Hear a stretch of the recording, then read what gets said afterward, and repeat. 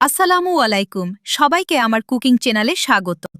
আজকের recipe dumping lasagna.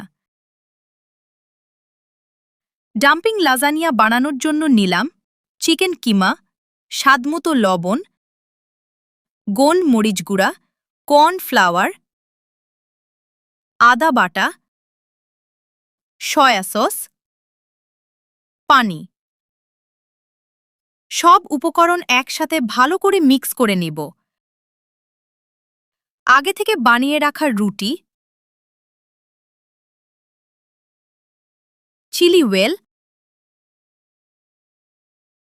মাংসের কিমা রুটির উপর ছড়িয়ে দিলাম।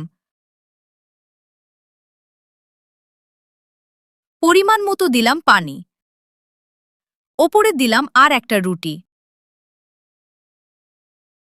ডেকে দিলাম। এখন দমবে রাখব ২০ থেকে ৩০ মিনিট।